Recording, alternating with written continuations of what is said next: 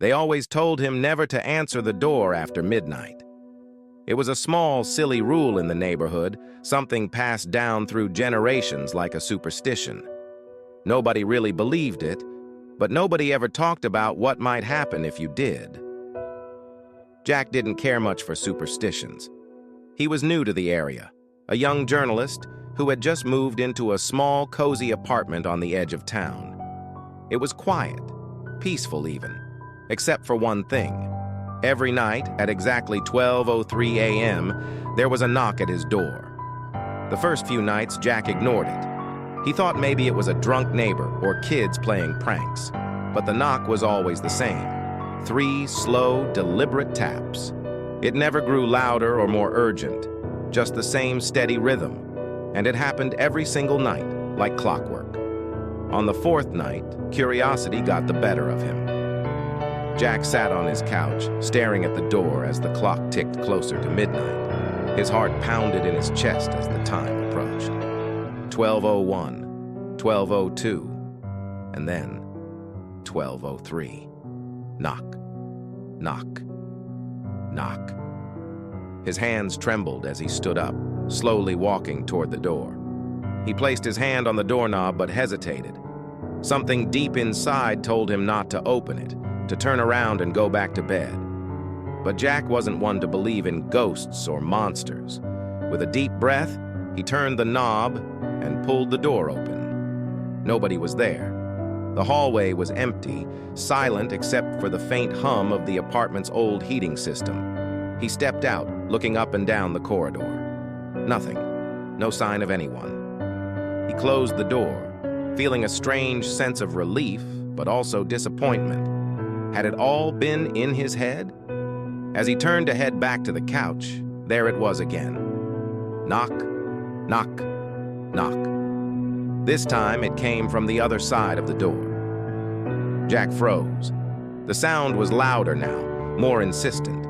Slowly, he turned back around and reached for the doorknob once more. His hand shook as he pulled it open. Nothing again. But as he peered into the hallway, he noticed something unusual. The shadows. They weren't right. They seemed to shift and stretch unnaturally, as if they were alive, moving toward him. His pulse quickened. He slammed the door shut, locking it with a shaky hand, and backed away. What was happening? He could hear the knocking again, but this time it was all around him. It wasn't just the door. The walls, the ceiling, even the floor seemed to pulse with that same slow, deliberate knock. Panicking, Jack grabbed his phone and dialed the landlord. No answer. He tried again. Still nothing. The knocking was growing louder, more intense, like a heartbeat that was quickening with each passing second. Suddenly, it stopped. Silence. Pure, deafening silence filled the apartment. Jack didn't dare move. His eyes darted around the room, searching for any sign of movement, and then the lights flickered. Once, twice, and then they went out completely. In the pitch black, Jack heard it again. Not a knock, but a voice. Software whispering. "You shouldn't have opened the door, Jack." His breath caught in his throat. He hadn't told anyone his name. Slowly, he turned toward the sound. Through the darkness, he could barely make out a figure standing in the corner of the room. It was tall, impossibly tall, its eyes glowing faintly in the dark.